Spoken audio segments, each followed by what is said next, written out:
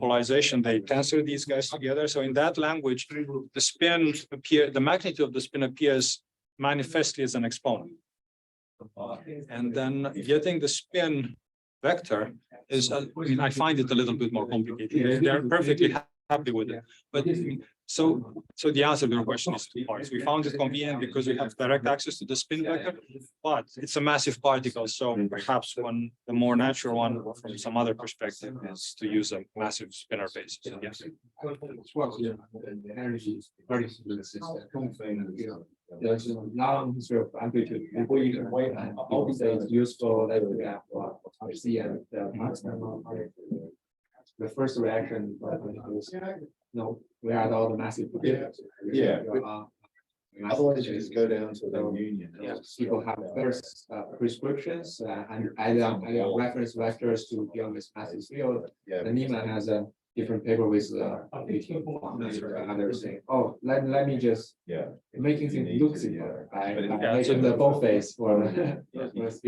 Ultimately, that is their procedure, to my understanding, is picking a very special and very nice reference. Yeah, I would agree.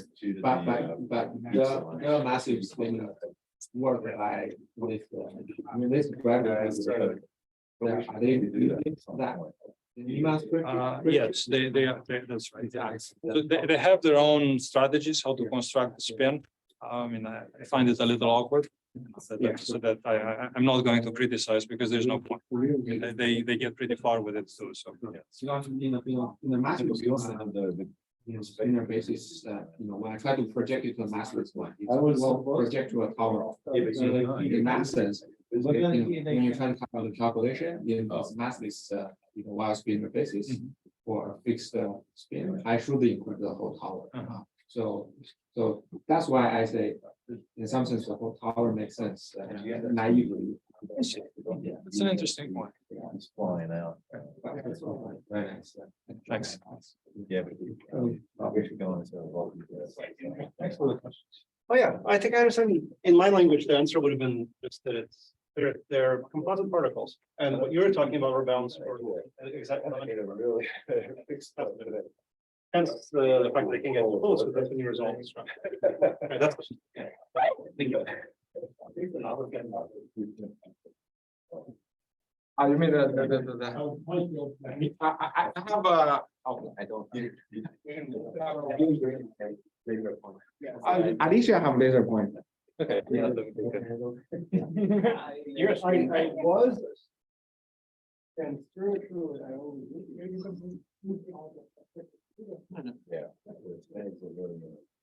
Stating perspective students. Or the perspective student. I think I was supposed to meet one, but it looks like a huge chance. Okay. I haven't checked. So one I think it's lady girl group. Name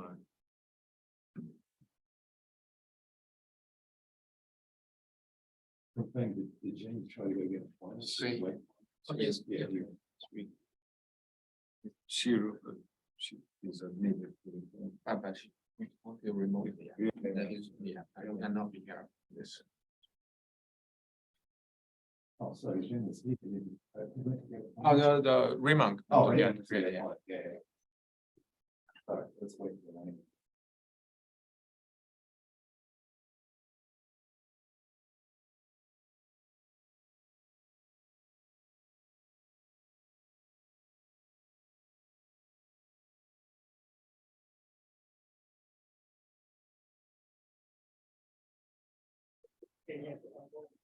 Bye.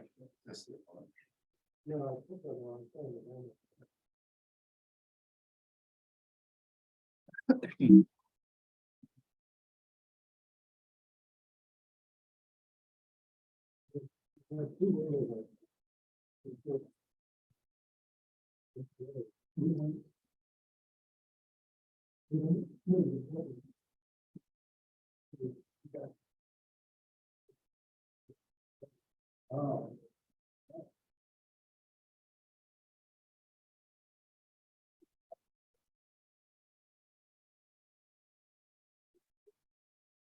All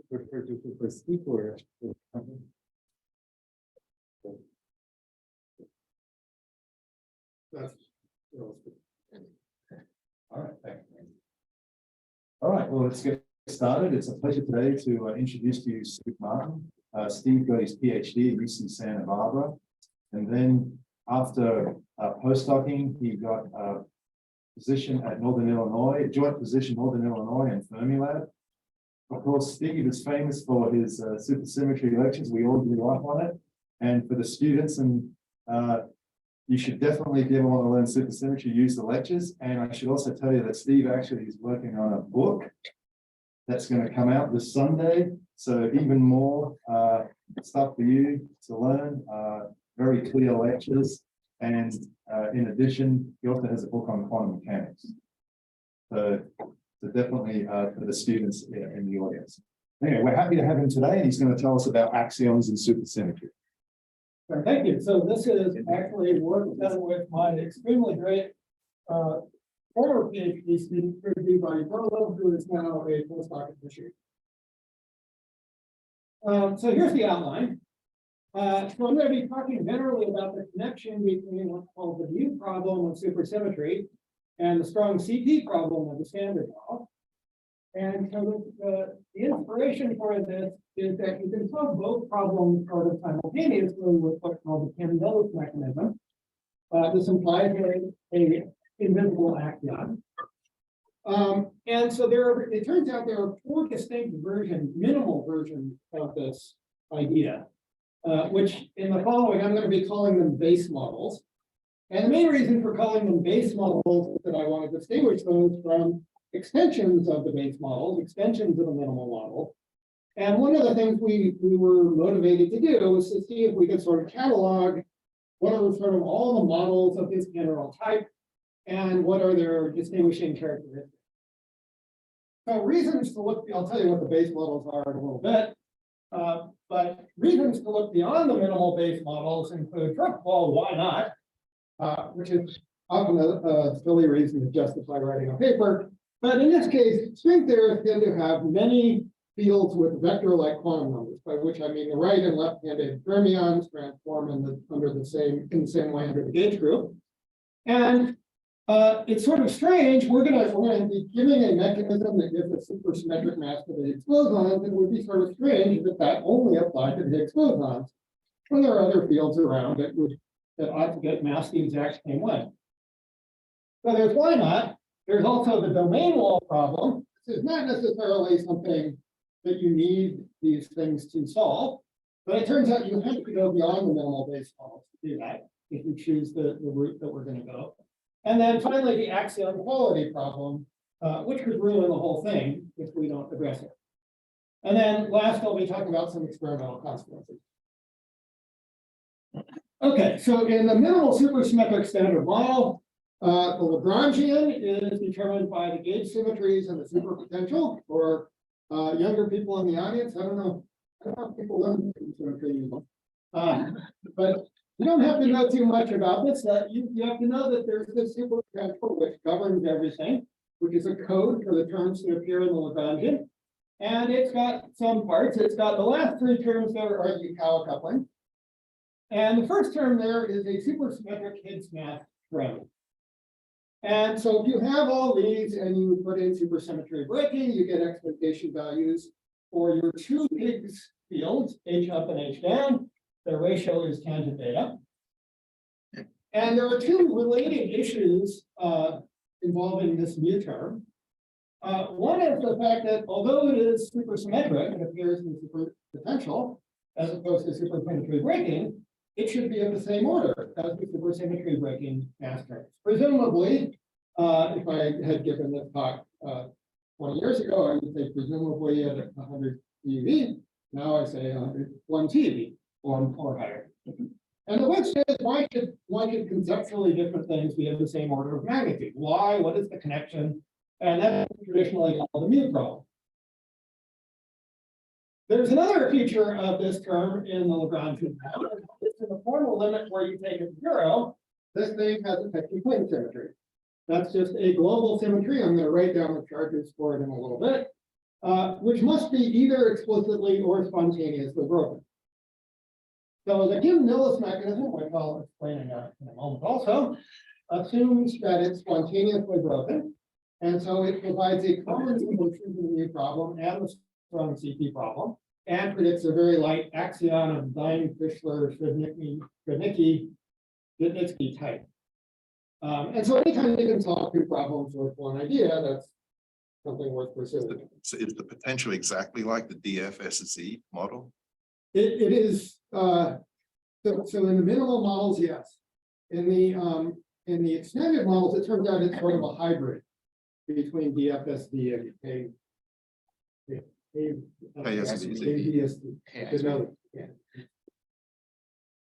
Okay, so what's the Kim-Millis mechanism? The Kim-Millis mechanism is one of several different ideas. By the way, the mu problem isn't something where we have no idea how to solve it. We have lots of ideas how to solve it.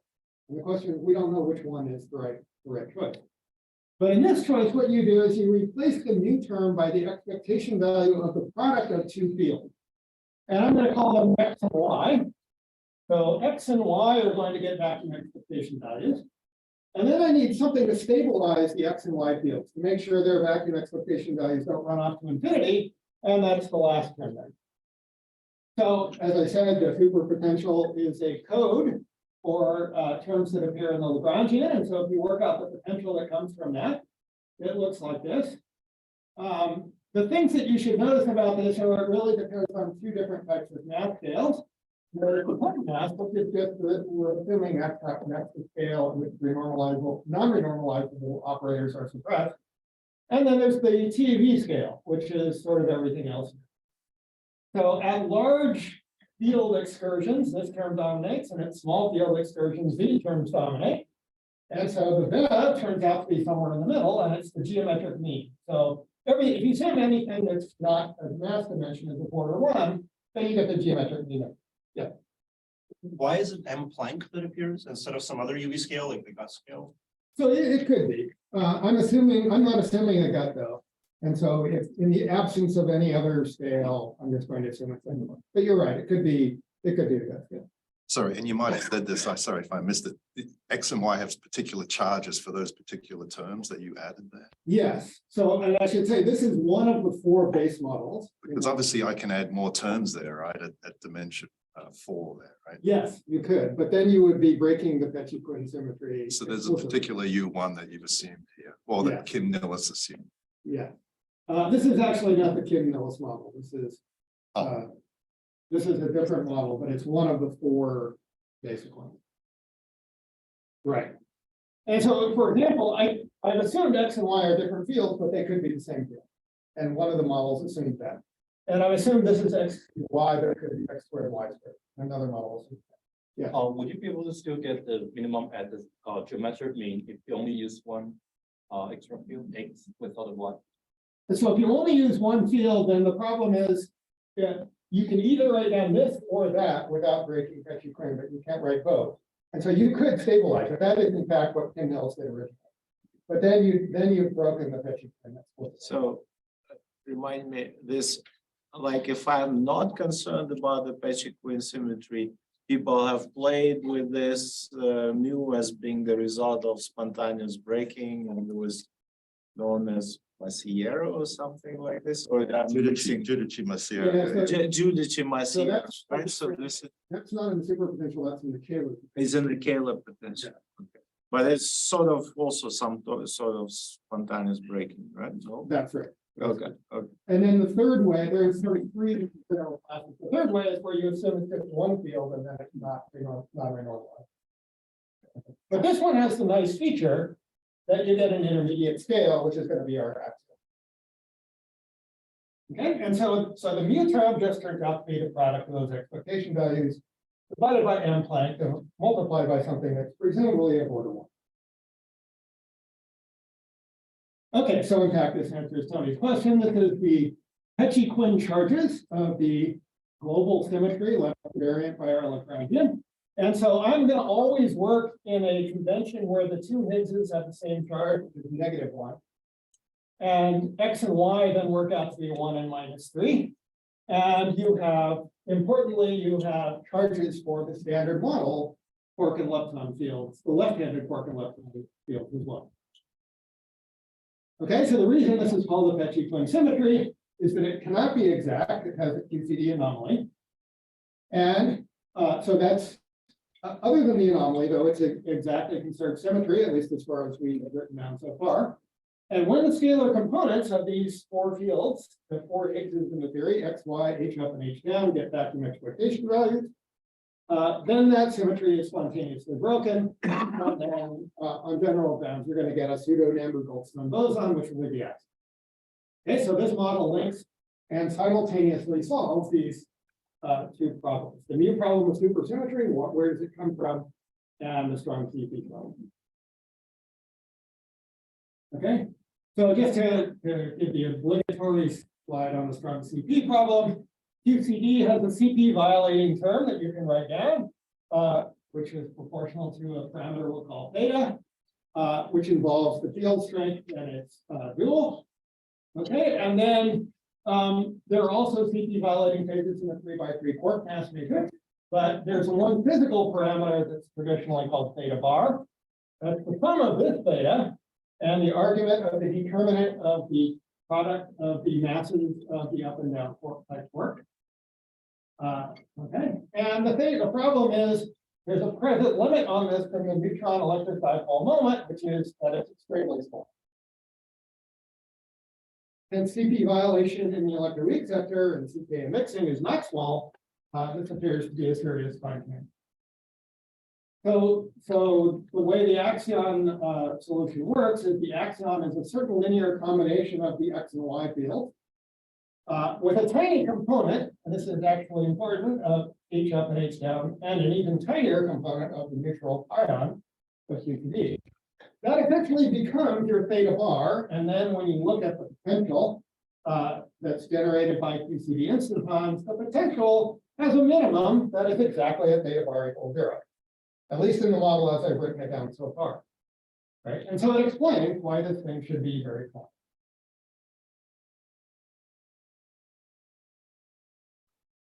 Okay, so the Peccei-Quinn anomalous global symmetry has a current associated with it.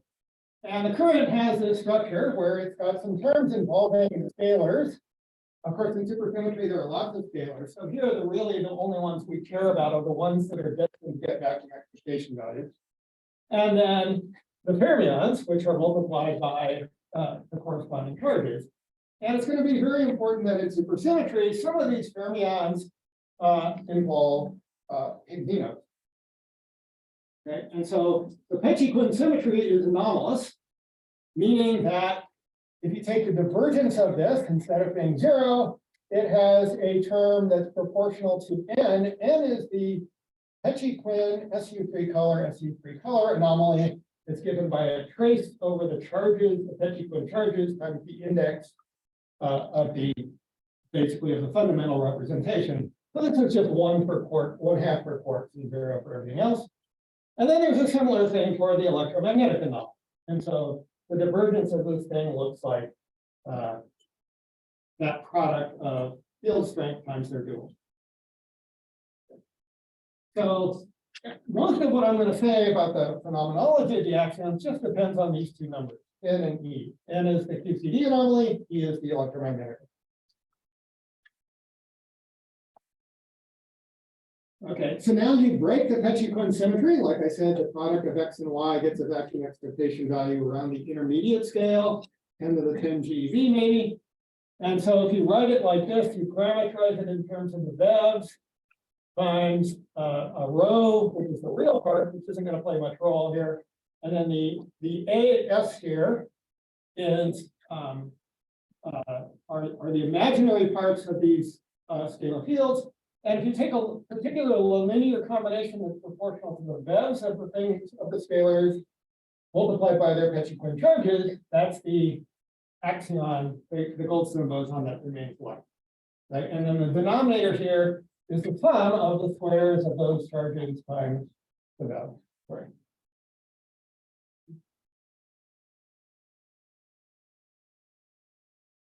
All right, so now if you do that, the interaction Lagrangian looks like this. So you've got derivative couplings of the axion, typical of a Goldstone boson, times the fermion current, and this is a change of normalization, which is traditional. Write things in terms of what's called f sub a. That's this overall bev divided by the QCD anomaly.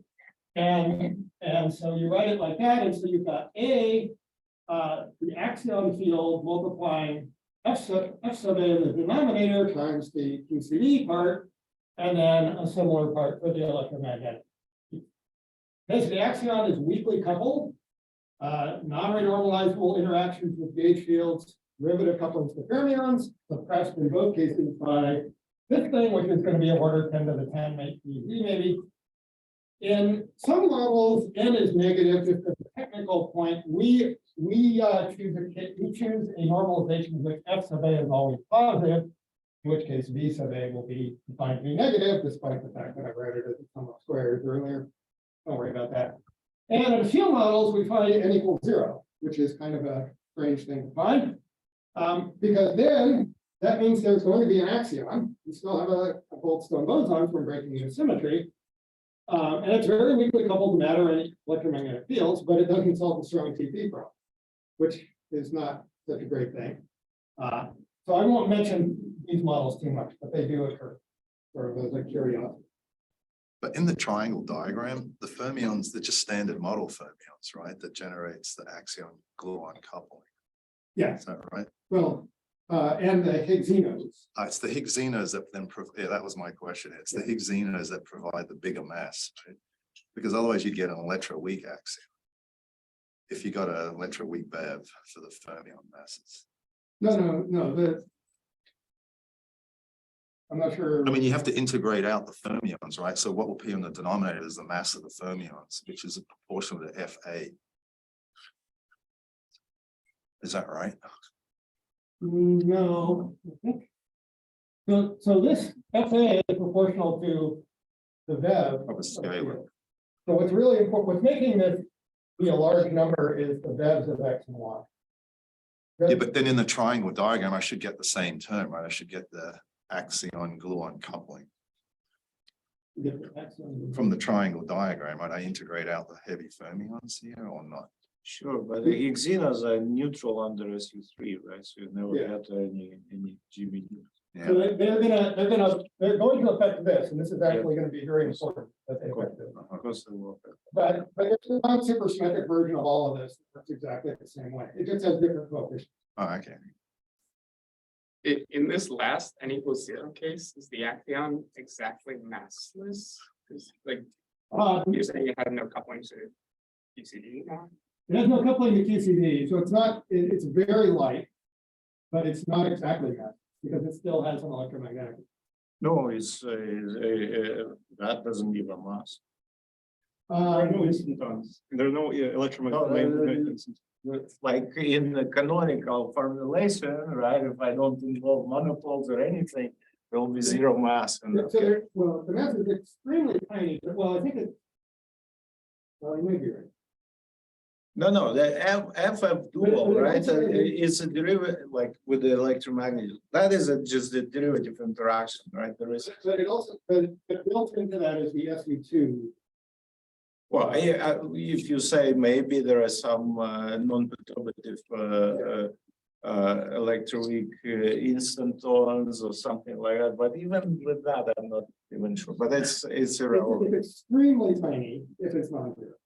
Okay, but it doesn't solve this. It doesn't solve the strong TeV problem. So I don't want those models anyway. Okay, and so then when you work out from the non-perturbative QCD effects, this is the mass of the axion. In terms of the F sub A scale, it's 5.7 microelectron volts when that's normalized to 10 to the.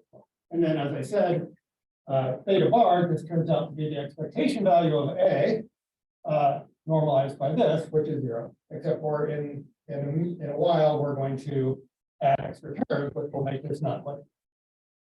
Okay, but that solves the strong TeV. Okay, so as I mentioned, there are actually 4 distinct models. You can try to figure out all the different ways that you can stabilize the potential. And it turns out the one I showed you first was one originally written, as far as I know, by Murayama, Suzuki, and Yanagita. There was a model that I'm going to call base model 2 by Choi, Chun, and Kim. That's this one here. And you can see there's just different ways of arranging which terms multiply the Higgs, which terms give you the stabilization. As far as I know, the 3 and 4 were first written down by me, although I think it's just a matter of cataloging. It turns out the original Kim Mills is none of these. It's something where they did something much more complicated and I think ugly to stabilize it. But the basic idea was in there. So it turns out for all 4 of these base models, the anomaly coefficients are exactly the same. And it turns out they come out to be n equals 3 and n equals 6. And if I did a non-supersymmetric version, it would actually be E equals 8, which is going to be important. So the E equals 6 is not E equals 8, specifically because of the presence of Higgs xenon. They contribute negatively to that. Can I ask about the previous slide? Is there anything interesting happening when one of the PQ charges is not an integer? Yeah, so that's kind of pure convention. Okay. And it turns out maybe we didn't choose the nicest thing. We wanted the cases to always have charge 1. And maybe we should have made this thing, maybe we should have chosen a convention where they were always integers. As you'll see, base model 3 does a few different things that would probably look the same if we had chosen a different normalization. Yeah, often for gauge-singlet things, it's nice to assign them integer global charges, and then things that transform the gauge transform have fractional global charges because physically you only get composites with. I'm not going to argue. Yeah, anyway, it's fine. If you said we chose the wrong convention, I wouldn't argue it. Sorry, for your baseline model 4, I have many lower dimensional operators, right, in the potential. I have XY terms. Right. So you presumably have to do something to forbid XY, but we're going to talk about symmetries that forbid not just those extra terms, but lots of other. Okay, but yes, good. Also, the value for the axion field is generically at the South-Suzy breaking scale. There's a generic scale you to assign to the value of the Peccei-Quinn breaking field. Right. So we're assuming that it's got supersymmetry breaking parameters that are generically a TeV, and that they have non-renormalizable things that are generically 1 gram Planck.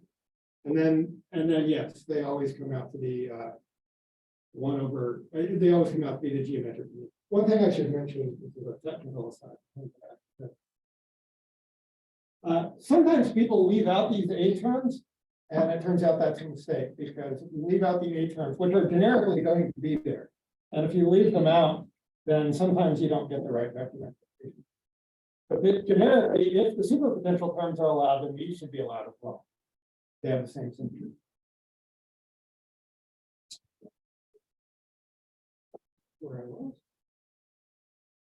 Okay, so we got these 4 base models, and now we want to consider extensions of them, because after all, what we did here is we gave the Higgs fields a mass this way. Why should they be the only one? Why shouldn't we have other fields that get mapped in a similar way? So we're going to consider extended models with pairs of vector-like quarks and leptons, which can have small mixing with the ordinary. And if you want to know the LHC limits on that, typically for top-like vector-like quarks and bottom-like, they're about the same. I think they range from about 1.2 to 1.5 TeV. The vector-like leptons have somewhat weaker limits. And one thing I like to emphasize is that if you look at the iso-singlet vector-like leptons, the limits, it turns out, are incredibly weak. LHC is just not very good at finding iso-singlet vector-like leptons. And in fact, the largest published limit is only 150 GeV, so not much beyond the limit.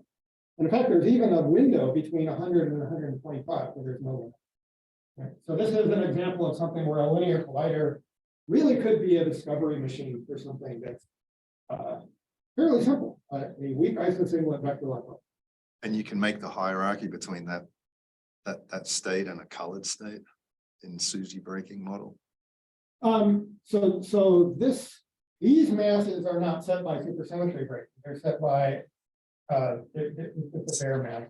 And so it's something that appears in the superpotential. So it's a superpotential mass. It's a Yeah. SUSY preserving mass. It's a SUSY preserving. Oh, so that's how you can get the hierarchy then from something that's SUSY breaking at 10 TeV or 1 TeV in this very light state. Right, so what ultimately would set this mass is a coupling lambda that appears in the superpotential that multiplies the vevs. And that could be anything. So this field, just for me to understand, would not allow to monkey around with the Higgs mass itself to lift it like the problem we have, right? 125 implies maybe tens of TeVs of soft breaking masses, which makes it impractical, right? I mean, is there a way of bringing it down? I mean, like the soft scaling, a soft breaking scale with introduction of this X and Y, so they'll have an additional it's kind of contribution or no? Higgs contribution to what? To additional contributions to the Higgs mass that are not in within MSSM. Yeah, so it turns out, yes, if these things have, if they come in pairs that have power couplings, that will actually raise the Higgs mass kind of substantially. And in fact, that's how I first got interested in this. Okay. Back in the old days, we wanted to raise the Higgs mass. Now the Higgs mass 125 is actually kind of small compared to if quark masses are several TeV. We don't really need to raise the Higgs mass. Sorry, 125. I might be missing something. It's very heavy, no? For the like if you would ask pre-LHC, a generic MSSM theorist, they will tell you the Higgs mass have to be 115 GeV, right? And, Exactly. That's exactly what I would have told. You're doing the heavy top. Stop. To use this mechanism to raise the Higgs mass, but if you wanted to. No. I want maybe to use it so that my SUSY partners are in the discoverable range. That's what I'm Yeah, you can do that. Okay. So you have to assume that the A terminus SUSY breaking has to be comparable to the soft masses. Yeah. And what if you're hierarchical to them? Do you still get the geometric mean? Hierarchical. Between A and the soft masses. In which direction? Let's say A smaller. Oh, so yeah, so if it's much smaller, as long as it's non-zero, then as long as you have the mass squared for those fields, you'll still get a geometric mean relation. But there's at least one of the models, and I think it was the first one I showed you. If you set them exactly to zero, then there's a minimum in the wrong place that you don't want. But I don't think there's any reason for them to be zero, right? They have the same charges as the superpotential. There's no reason why they should. Okay. All right, so we're interested in vector-like pairs of chiral superfields, and because I don't want to worry about exotics, although we probably could, I just take them to be copies of the fields that are already there in the standard model for the quarks and leptons. And then you recognize that, okay, for each one of these pairs, there's two different ways, there's different, qualitatively different ways of giving the mass. One is that you could multiply them with a renormalizable superpotential times one of the fields X or Y. And the other thing is you could do the same exact thing we did with Higgs. And that is have a square of them divided by n Planck. And this will give them TeV scale mass, and this will give them intermediate scale mass. Or you could have some combination. You could have some of these fields at the intermediate scale, some of them at the TeV scale. You can do whatever you want. You can see that now we have a huge class of models. So we're going to be able to do almost anything. And these are complete SU5 multiplets. Not necessarily, although when we started searching for models, it's nice that there are ones where they are complete SU5 models. But no, we're not assuming that they are. So, But then what do you do with the SUSY prediction for the unification? yeah, so if you want to maintain the gauge coupling unification, then you put them in SU5 models. Does that constrain the model? does it lead you to a particular model then, if you want to do that? It doesn't lead you to a particular model, but it leads you to particular models. There's still lots of models. I'll show you a table of one, and then you'll be sorry you asked. Okay, so depending on how you give them masses and whether you choose to put them at the TeV scale or whether you put them at the intermediate scale, you get different Peccei-Quinn charges for those vector-like superfields. And so this is actually the sum. What really matters is the sum of the charges for the pair. That's what actually enters the Peccei-Quinn anomaly coefficient. And so that all of this is saying is that the Peccei-Quinn charges are correlated to where you're going to put the mass. There are clearly many non-minimal models of the type, and with different axion properties, even if the vector-like superfields are out of reach in future experiments. So this then is a combination of, it's kind of like an orgy of KSVZ and DFSZ. Well, I wasn't going to use that word, but Because, right, is that what it is? It's kind of like you're mixing up a whole bunch of, yeah, so you can think of these as like the KSVZ quarks. yeah, And smorgasbord maybe was a better word. all right, and so given those Peccei-Quinn charges, then here's the new formula for N and E. Right, and so now you can turn the crank, and there's a well-established literature on getting the coupling of the axion to electromagnetic fields, to electrons, to neutrons, and to protons. And so here's what you get. This number 1.92 is very interesting. That's a number that comes from the ratio of the up and down quarks in the standard model. And notice it's E over N minus 1.92. And E over N for the supersymmetric base model happens to be 2. So just accidentally for the supersymmetric version, this is extremely suppressed. So the like 1.92 implies that we know M up to M down ratio to that accuracy. So like, Good. So I didn't put the uncertainty, but there is a significant uncertainty in the last digit of 804. Maybe that's even optimistic. But yeah, there is a significant uncertainty. Later, I'm going to show you some plots, which are going to have big error bars because of that. I should also mention these are tree level, and I'm not writing them down, but we do take into account the fact that then there are renormalizations of this that go like the logarithm of the intermediate scale. We didn't take this into account. We didn't write. But okay, so if you do a non-supersymmetric version of this, then it's 8/3 minus 1.92, which is not particularly small, but for supersymmetry, it just so happens. Right. And also, there's a 1 over n suppression. This one is also accidentally small, but there's sort of a 1 over n suppression for these. But that's where it's going to turn out. The base models are not that easy to discuss, even if you extrapolate the future axion. Just to clarify, this 1.92 doesn't rely on our precise knowledge of the ratio of M up versus M down. It's more fixed by the pion data. no, it enters, right? So there is a It will enter, but we don't know the up to down ratio to 3 digits, significant digits. We know this number to 3 digits. Right. So, but it's by the pion property. It turns out we know the 1.92 number a little bit better because it's not as sensitive as you might think. Yeah, to the ratio of the. Yeah, but I should have probably put the there is an uncertainty.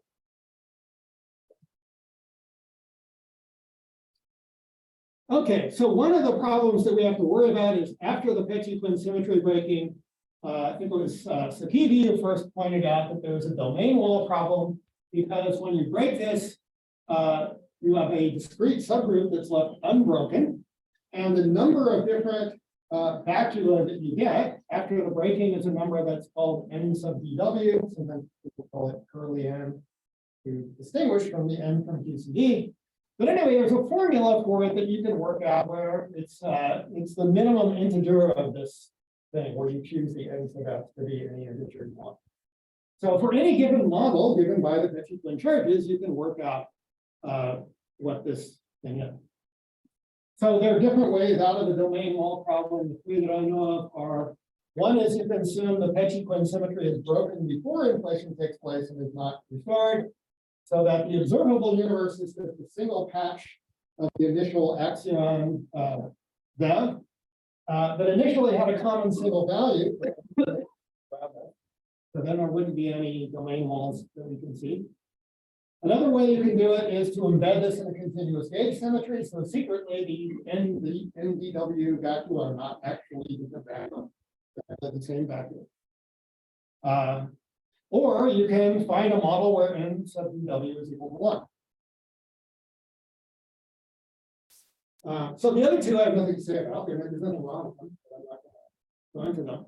But if suppose we want to pursue the last one, if you just work out what is the domain wall number predicted by the base models, it turns out to be 6 for base models 1, 2, and 4, and it turns out to be 18 in base model 3. And if I had chosen your normalization, I think it would have been 6 for that one as well. So again, dumb idea on our part, but we did it. Okay. So if you do want the domain wall number to be 1, and that's going to be your way of Great. I'm a little confused. I apologize. How you said if you change conventions, NDW changes? How do I make sense of that? I thought NDW is It would be strange. Yes, I agree with that. You're right. I think the convention is that you have to choose I the. think it's more that the convention is telling you. Maybe I should shut up. Is the change of convention changing the periodicity essentially or something? Yeah, I think the convention is that you have to choose the Peccei-Quinn charges to be integer. Otherwise, the axion period will not be too high. Yeah. Well, that's basically what I was complaining about. That's a better way of saying it. Yeah. So I think all Peccei charges have to be integer. Otherwise, we have to redefine what we mean by the axion field. Right. Yeah. So I shouldn't have said that by changing convention. Obviously, if I change convention, I can't change this number. But maybe it's the fact that if you did change convention, that the fact that you have to change convention to make that be an integer is what's telling you that it's different for this model. I hope I said that right. Yeah. I don't see anybody. So in any case, in order to get this to be 1, we must have instead that this should be plus or minus 1/2, and this should be plus or minus 1/6 in extensions of base model. Or in the other convention, right, in the other convention, this would also be plus or minus 1. Okay. So now, if you look at this table that I had before, the different charges that you can get for these pairs, notice that this is a terrible thing. Okay, it must be odd integers, and so it turns out that to get this to work, you need an odd number of extra vectorlike quarks at the intermediate state. That's not that exciting of a prediction because I don't know any Collider experiments that are going to detect anything at the intermediate scale, but at least it tells you that you need a non-minimal model with that property. So, and if you do that, just looking ahead a little bit, when I show you phenomenology, couplings to matter scale like 1/n. So if I have 1/2 or 1/6, they're going to be enhanced by a factor of 6 or 18 compared to the base. That's just for the couplings to the electrons, and we also won't have this tuning of 2 to 1.92. So the couplings to photons will also be. Okay, so here is a small sample of different models that you can concoct that have domain wall number 1 equal to 1. Notice these are all base model plus something. Obviously, as I said, base model alone can't work, right? And so I put them all in complete SU5 multiplets because I'm choosing something that would fit on a slide, and there are way too many otherwise. So the fact that I'm putting them all in SU5 multiplets means that I'm maintaining gauge coupling unification as a nice prediction. And then if you look at, so this is only the quark fields, they're also the lepton fields. And then if you look at where the lepton fields come in, you get different possibilities for 3E over n, which is the coupling, which governs the coupling to photons. So there's a wide variety of them, and the only reason I showed this many is because I didn't want to work with.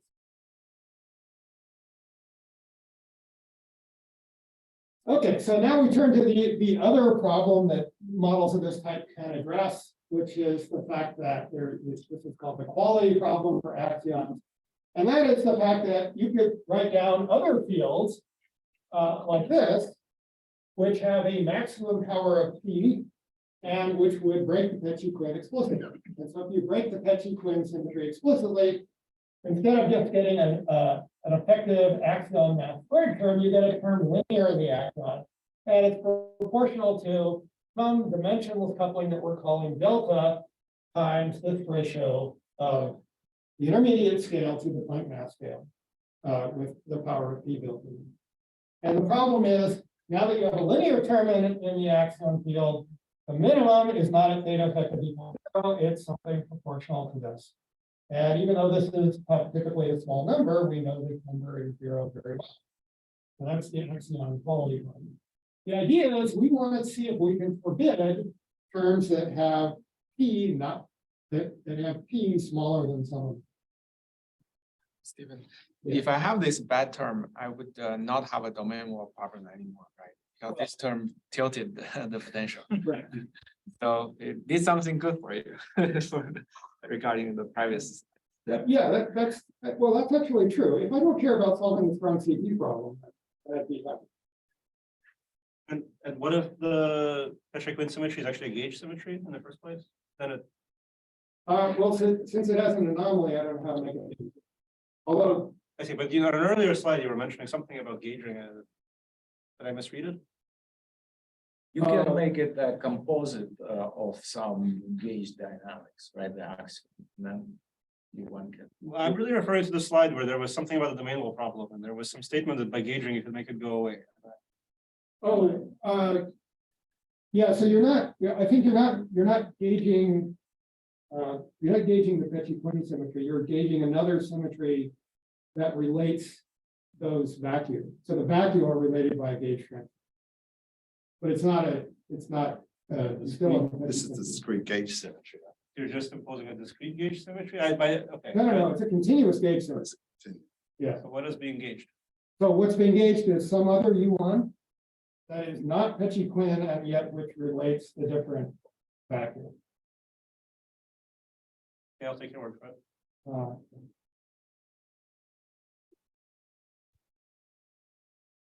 There's also a paper that I've never read. I trying to get in somebody about gauging the Peccei-Quinn. I don't know what this paper is about. Apparently, there's some way. Yeah. I don't know. To me, it seems like a contradiction in terms, but I have to. Do we have an estimation of what powerful P would remove the domain wall problem? Yeah, we're about to. So before I do that, let me just emphasize, because we're going to see P. P I'm defining to be the lowest mass dimension of a term that violates the Peccei-Quinn symmetry. That's what it's going to be. And larger P means that you have a higher quality axion. So here's the formula that you're asking for. That tells you how big P has to be in order to solve the neutron electric dipole moment problem. For delta is this dimensionless coupling, and F sub A is appearing in the middle. Different people have different estimates for that. That was what we decided. So if you assume that delta is the order 1, then in order to have, if you have a principal of 8, then FA can be anything up to this number, 4 times 10 to the 9. So basically, you kind of need P to be at least about 8, maybe 7. If P equals 9, you can have this F sub A be a little larger. And if P is 12, you can go up to about 10 to the 12 BAV, which is pretty much where you want it, where you don't care about it anymore, because there are other constraints. However, delta could be smaller than 1. Remember that the electron you power of the standard model is 10 to the minus 2.8 times 6. So maybe delta isn't the order 1. It doesn't really help you that much compared to. Okay, so now you can ask the question, okay, can we devise a discrete symmetry that we can impose on the models that we have in order to forbid those unwanted terms? And so we just did a very brute force thing. Oh, by the way, you can have different types. This is how a chiral superfield transforms. V sub phi is going to be the discrete symmetry charge. But you can also have R symmetries where the gaugino, that's what lambda is, so it's off the lambda there, but it transforms also, and this is a discrete R symmetry. And so we just did a very brute force search of all possible models and all possible charges, and came up with how big does this n have to be in the z sub n in order to give you p equals 7. And so if p equals 7 is your goal, you need n to be at least 13. If p is 8, you have to be 12 or bigger than 16, bigger than or equal to 16, and so on. And so you can see to get a really very high quality axion that you don't have to worry about it anymore, n has to be at least 20 or bigger than or equal to 24. And there's a table in our paper where we break this down by base model. It's slightly different for the different base model. Yeah. I think I'm asking too many questions, my No. apologies, but might I expect that this extra discrete symmetry we're contemplating is also explicitly broken by Planck scale corrections? Right. So we're going to later on, we're going to try to gauge it. Meaning we're going to embed this symmetry in a U1 gauge symmetry that's gauged. Does any, I mean, is there a reason you want to always embed a discrete symmetry? Well, what's wrong with just a discrete gauge symmetry that's not embedded into a continuous? So, yeah, so there's a long literature on this going back to Ibanez and Ross and Banks and Dine. And so, as far as I know, basically the strategy is if you want to know whether a discrete symmetry is an allowed discrete symmetry, one way to do it is say, could you, if you wanted to, embed it in a U1 gauge symmetry? Not that you're necessarily going to do that, but could you if you wanted to? And that's the criterion that people usually use for deciding. So there's a lot of freedom in that because then you can put in extra fermions that will soak up the anomalies. And those extra fermions might not play any role, but if you can do that, if you can put in extra fermions and embed it in a U1 gauge symmetry, then you say, okay, it's fine, because then at least you have an existence proof that it can be gauged. I see. You're worried about anomalies essentially, and by doing this, you can rule out anomalies. But Yeah, because if it's a real gauge symmetry and then it's got no anomalies, then I can say it should be exact. And won't be sure. Then you can always fix it down to a discrete thing, and otherwise you would have to understand anomalies for discrete symmetries, which is slightly subtle. Okay. Yeah. So we just did this by brute force. Right. This is what you were just saying. So the discrete VM symmetry also should be anomaly-free. To ensure that, although it may not be sufficient, but it may not be necessary, you can require that it be a subgroup of an anomaly-free symmetry. Yeah, this is what I was just saying. Here are the anomalies, and here we chose a normalization so that the U1 anomaly is always an integer. Okay, not everybody chooses that thing. And so the anomaly-free condition that you get by saying, could you embed this in a gauge symmetry is given here, where K1, K2, and K2 and K3 are integers. K1 isn't necessarily an integer. These are called the Cassini levels. And then there's the evolving row Green-Schwarz, which is where you can put in another boson field, which transforms classically under the anomalous symmetry in order to soak up the anomaly. Okay. So if you can satisfy this for some integers M1, M2, and M3, then you can embed this in a gauge. And then you can impose stronger conditions that aren't I guess mandatory. But one thing you can do is require that K3 and K2 both be 1. That would be so where you have the standard gut normalization relation between SU2 and SU3. And you can say things for the U1 to make sure. So this would be the standard normalization for the field strengths so that they could fit into SU5 or any other larger group. And then maybe you don't like the Green-Schwarz mechanism or you want to reserve it for something else. And then you would just end up with these things for all 0. Okay. And then we assume some other things, mostly for simplicity. We assume that all of our ZN charges are generation independent. We require all the superpotential MSSM terms to be present, which gives you basically constraints on the right-handed quark and lepton superfields. Okay, and then you have to make sure that the terms in the base model superpotential are allowed, which basically allows you to solve for the downside discrete symmetry. So that's all this stuff is nice because then we're just going to do a brute force search anyway, and so we eliminate some of the possibilities. So just to give you a flavor for what you can do, let's suppose we consider only the base models, and we want only non-R discrete symmetries that only allow P greater than 7. Okay. Then you can classify all the discrete symmetries that you can do. It turns out there are 5 infinite families for base models 1, 2, and 4, and 15 for base model 3. Okay. But then if you require that the U1 has the SU5 grand unified theory normalization, it turns out only 2 discrete symmetries survive out of all of the infinite number of families. It turns out there's a D36 for base model 3, and that is relatively clean, forbidding P greater than or equal to 12. And there's a D36 for base model 4 that allows P greater than or equal to 8. There are no survivors for base model 1. And then if you say, well, I don't like the reinforcement mechanism, I don't want to use it, none survive. There are no discrete symmetries of this stuff. No, I want to say no, but no discrete symmetries. But if you consider discrete R symmetries and or extensions of the base model, then there are many possibilities. So this is the last enormous table I'm going to show you.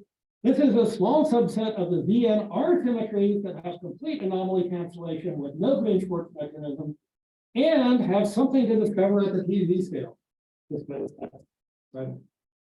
Right. And so this is not a, sorry, I may have said wrong. This is not a set of models. There are in fact an infinite number of models that survive of this. But this is just showing you some of the things that can happen.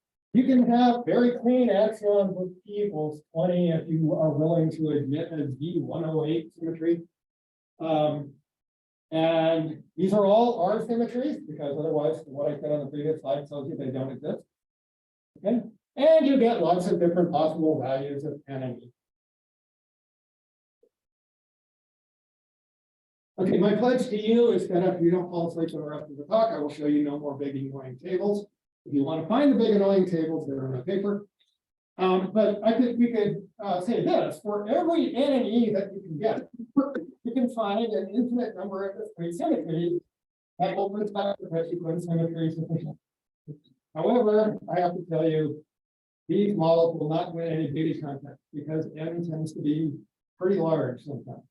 But so you imagine you choose N to be some incredibly huge prime number. Yeah, you can do it, but who believes that model like that?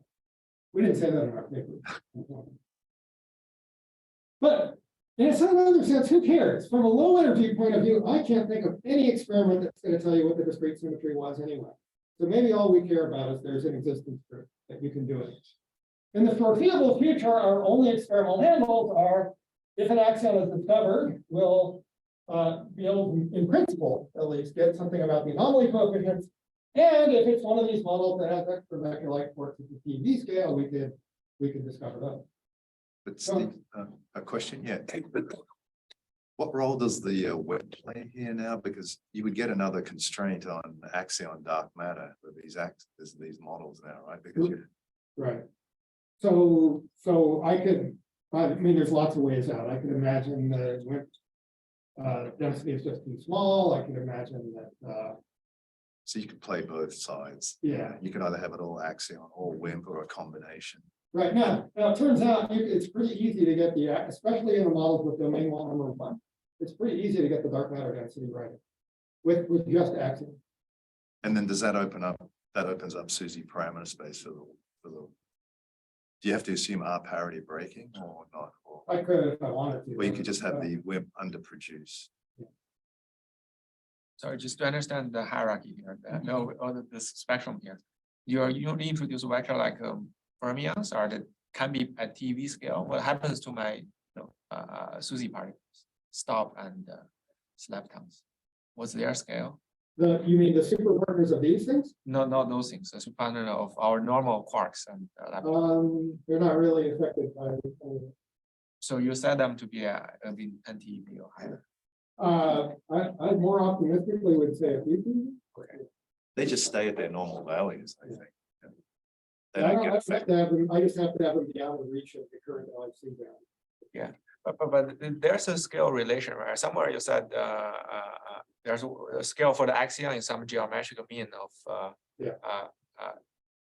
this Vibe scale and soft SUSY breaking scale, or Yeah, but so okay, but the thing is, you always have to remember there's a dimensionless problem. So you make it it's large. not a very precise relation. But also on the note of like the spectrum, what about the super partner for the axion? Is that also very light, or is it at the SUSY scale, and does it have interactions? Okay, so that's a whole nother story. So generically, the axino will be of order the weak scale. Okay. And in fact, it could be the LS, the lightest supersymmetric particle.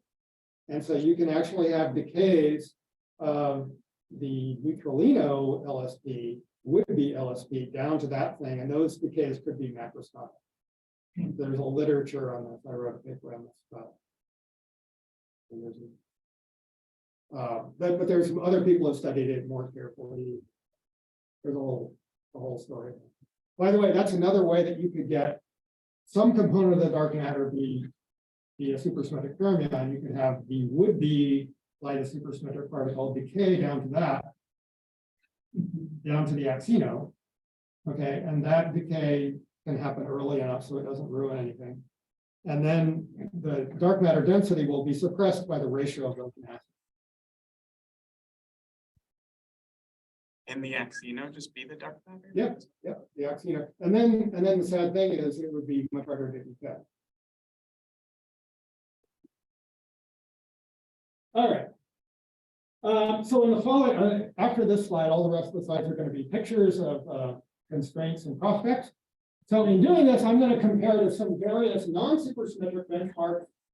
DFSD1 is a symmetric minimal DFSD model with these couplings. DFSD2 is the same, except you interchange the role of which couples do up and down.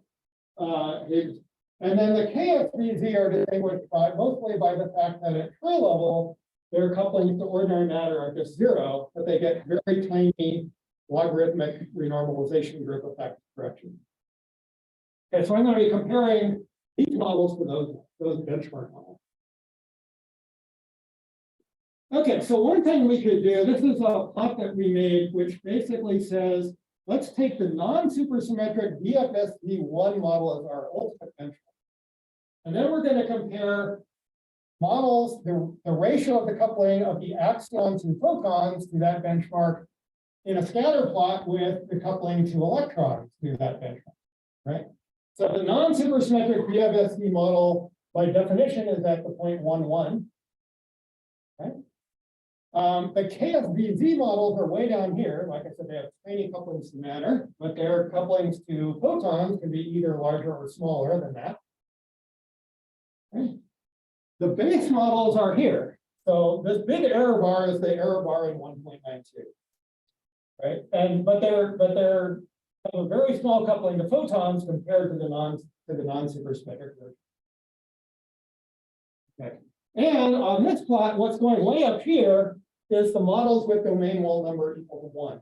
And they just have to be up there because now n is small. And so there's no cancellation between it and 1.92. And n is small. So the coupling to the electron is also enhanced because it goes in the denominator. Okay.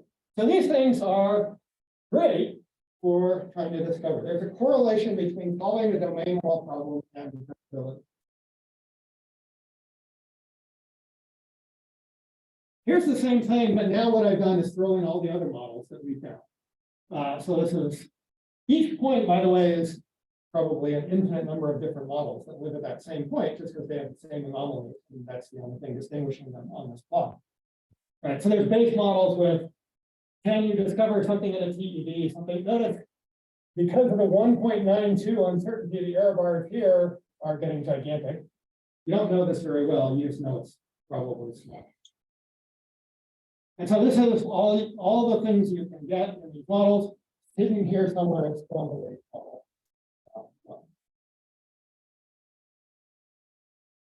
Okay, so now you can break this down into, this is what you get from the coupling to electrons. the main thing here is stellar bounds, the strongest of which comes, I believe, from the observed brightness of stars at the tip of the red giant branch. Basically, if your axion cools too strongly, you can cool off stars too efficiently. Right? And so the strongest bounds are going to be hitting the models that have domain wall number 1, which is n equals 1/6 or n equals 1/2.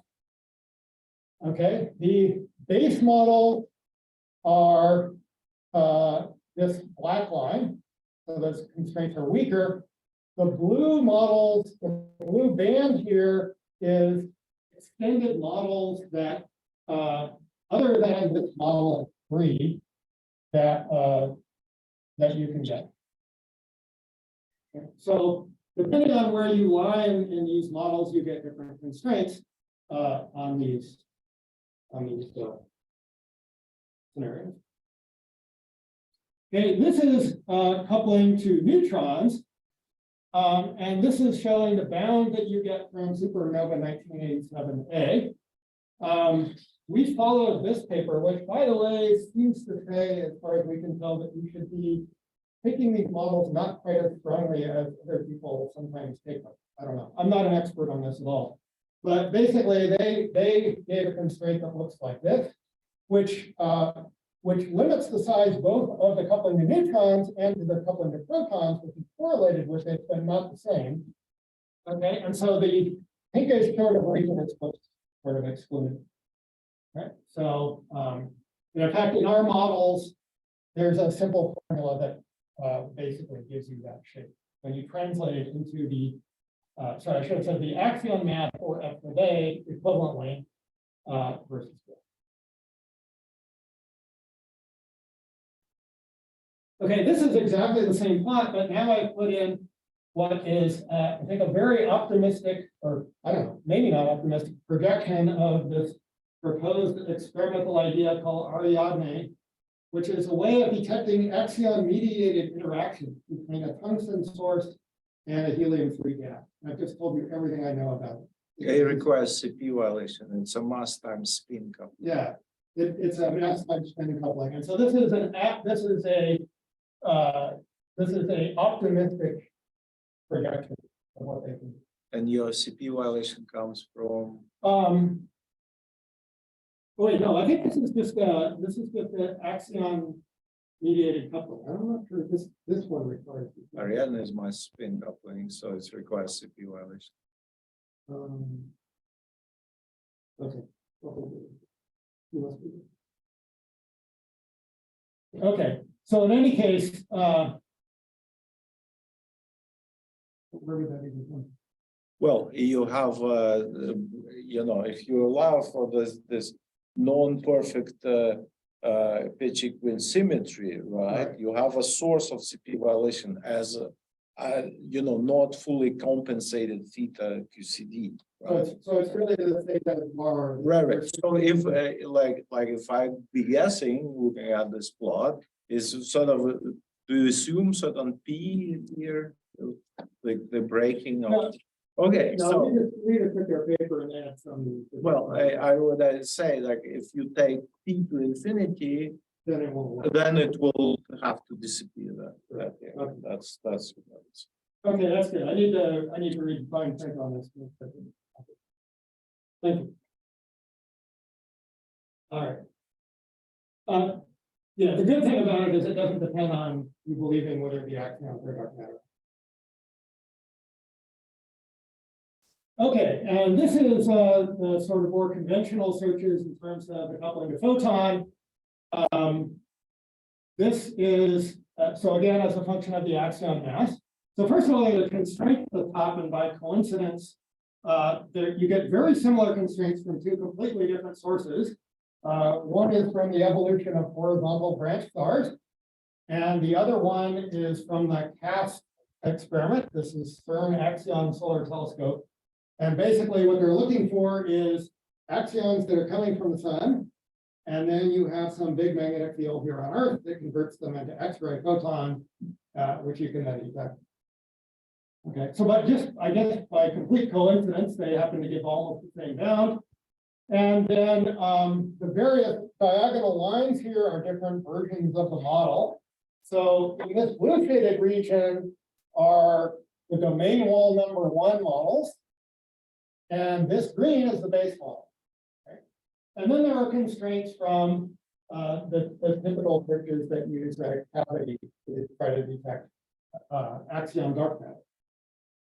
Okay. So there are plenty of models to the left, and in fact, the base models are very hard to see. In fact, if we look at future projections from ADMX and this plasma heloscope idea from Frank Wilczek and collaborators, and then there are other ideas that I really don't understand. There's MADMAX and 2RAD, which involves some sort of condensed matter. Again, far beyond my thinking. So notice that maybe with the small exception of this 2RAD thing, even for these projections, the base models are just not covered.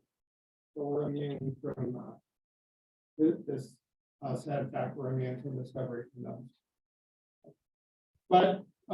But these assume that the axions are the dark matter. So again, I could also assume that for whatever reason, axions are not the dark matter, and all right, so I've gone over too long, but good question. So the minimal supersymmetric DFSC axion model has suppressed coupling to electromagnetic fields. You can blame that on the Higgs-Zenos. But then if you enhance it by having non-minimal models with extra vector-like quarks and leptons, since basically they were small, the only way to go is up. So they can be enhanced by more than 2 orders of magnitude. And it's correlated with solving the domain wall problem.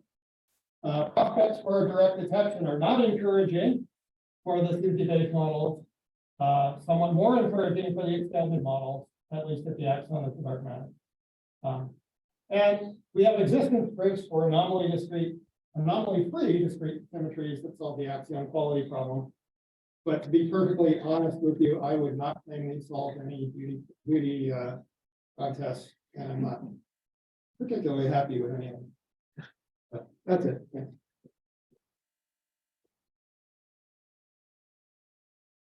Questions?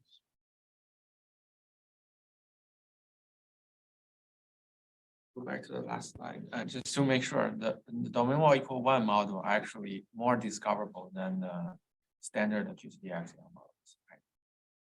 Right? Yeah, let's see if we can. So here's KSVZ0, which is assuming the KSVZ quarks have 0 charge. And then the purple and green lines are the non-supersymmetric DFSD and KSVZ. Right. So there's a standard QCD axion band, right? So your domain wall equal 1 model actually live at or above the band, so they are easier to discover. That's right. And then this one up here, the dotted line, and I didn't talk about this, but you can make it even more discoverable if you put in something that is a shift color. Right. But maybe if you go to exotic QCD representations, you could even go a little higher. I like 6 of color just because in the old days, people used to say it was impossible to get in string theory. And so I imagine that there would have been a New York Times headline that said, Quicks discovered, string theory disproved. But I think now the string theorists claim they can.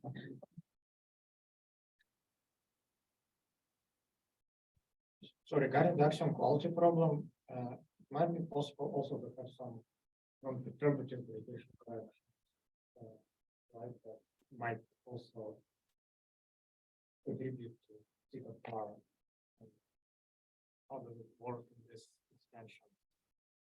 Non-perturbative corrections to the theta bar. Yeah, some stated by some sort of wormholes, like this. Yeah, I'm not sure about that. Well, if it's a short distance effect, right?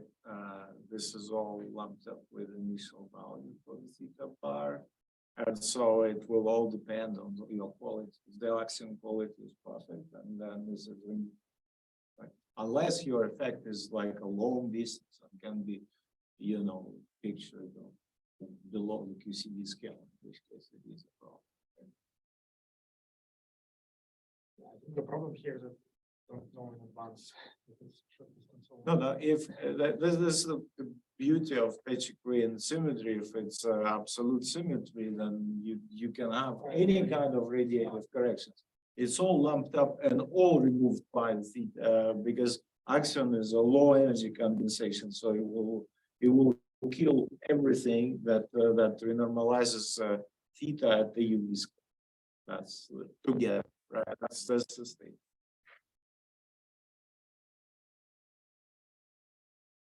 Okay, let's again.